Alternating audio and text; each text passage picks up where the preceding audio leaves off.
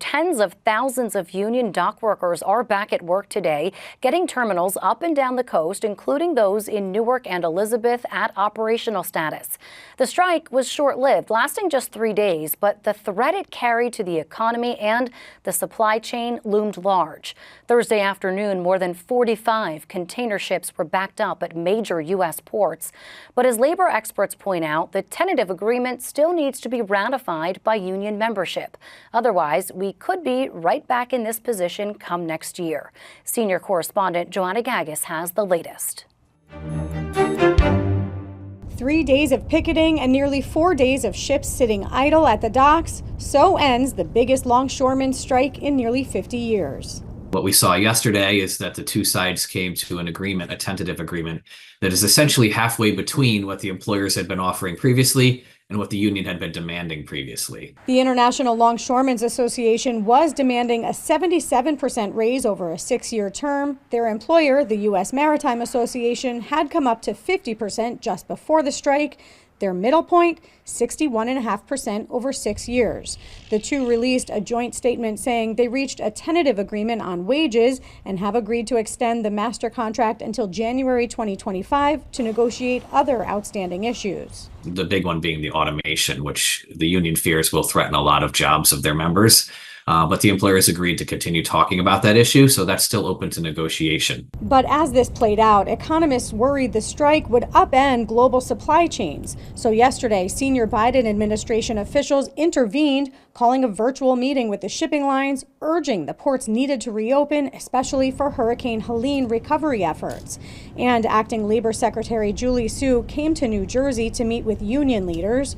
President Biden, who had refused to enact Taft-Hartley, saying he believes in collective bargaining, released a statement saying that it works and is critical to building a stronger economy from the middle out and the bottom up. Certainly, I got to praise the administration for getting them to talk to each other again. That was a big win. I got to give them that.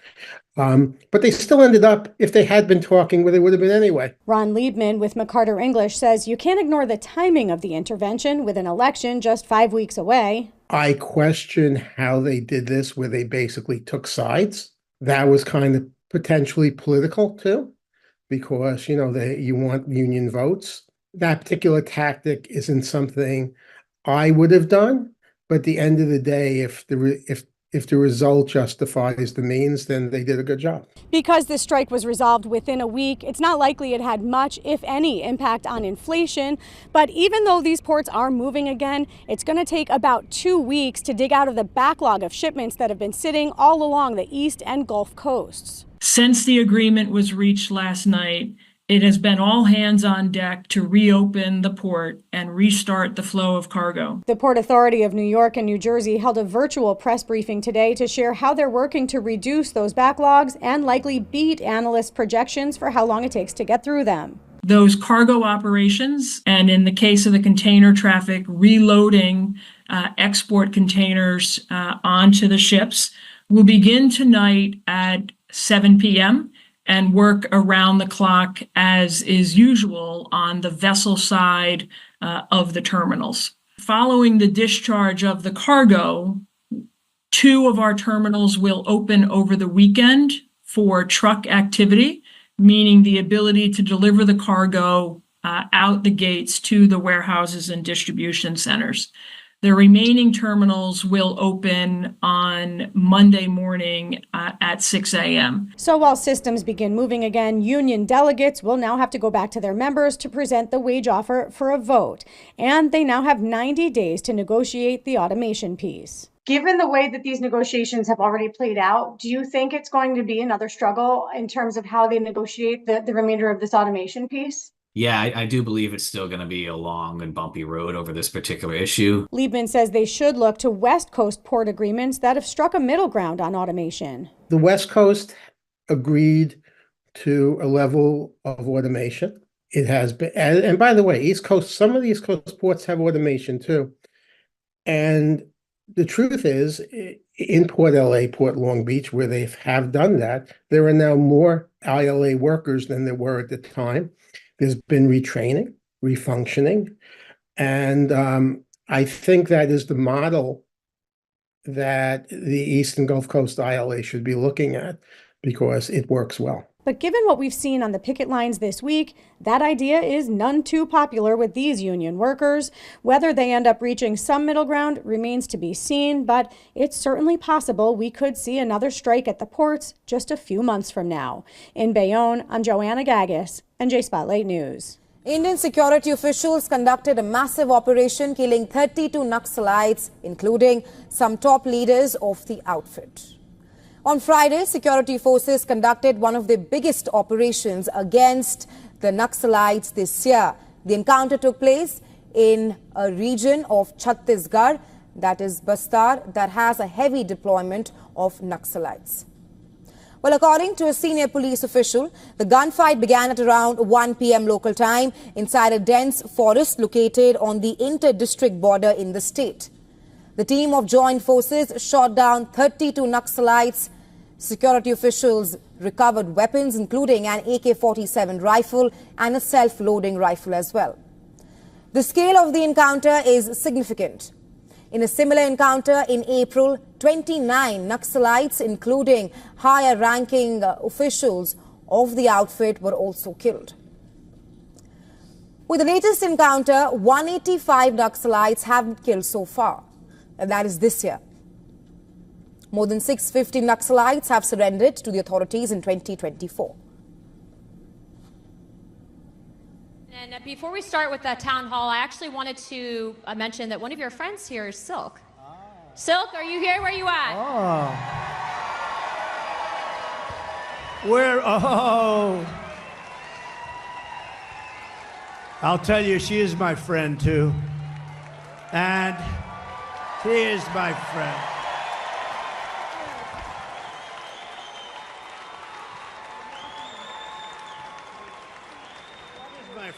Oh, wow. Hey, North Carolina.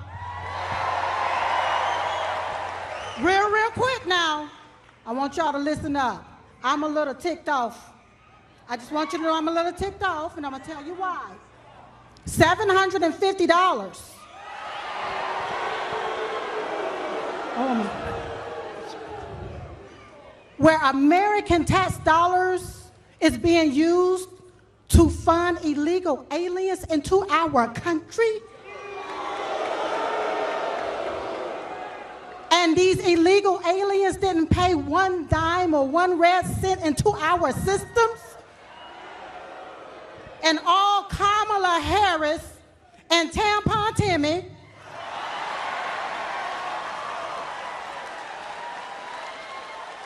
want to give us $750? Listen, you all, we only have one choice. One choice, and that's President Donald J. Trump.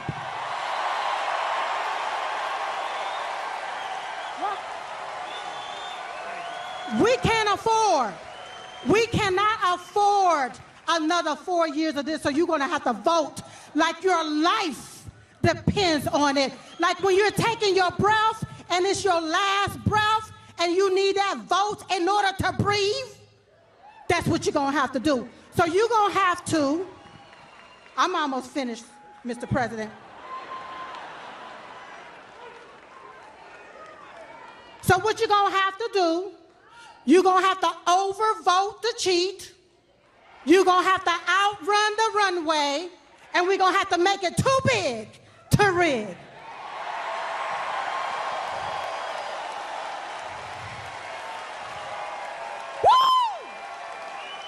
Now I can feel Diamond rising up in me. Because you have to vote right so you won't get left again. Vote red, R-E-D.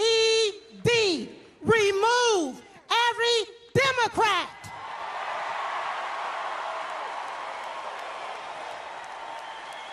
They gotta go. They gotta go.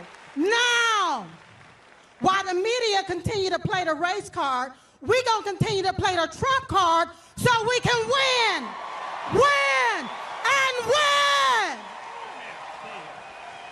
Thank you, everybody. Thank you. So, you know, it was 9 years ago, and my beautiful wife, our First Lady. We love our First Lady. Did you see her interview on Sean Hannity and with Ainsley in the morning? She did great. But 9 years ago, she came to me. She said, you know, there are two women, and they are really incredible. I said, who the hell are they? He said, you got to see this. You're not going to believe it. They had a thing, and we fell in love like almost immediately. Yes.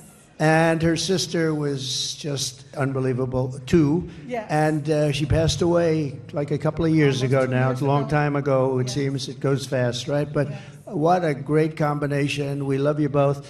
They were loyal to me from day one. When they heard stuff, they said, that's a lot of crap. Day one. They were with me from day one. Day one. And that Trump sign gets bigger and bigger. I said, that's so nice, I want to buy one for myself. But Don't you worry, Mr. President, I'm going to give you one. I don't worry. That's But right, you know baby. what? Yes. You know what? We appreciate your loyalty, your friendship. Thank you. And I saw Silk backstage. I said, I'm bringing you upstage. I'm going to bring you upstage. And we miss your great sister. Yes. And we love you. And thank you very Love much. you so Thank much you. more.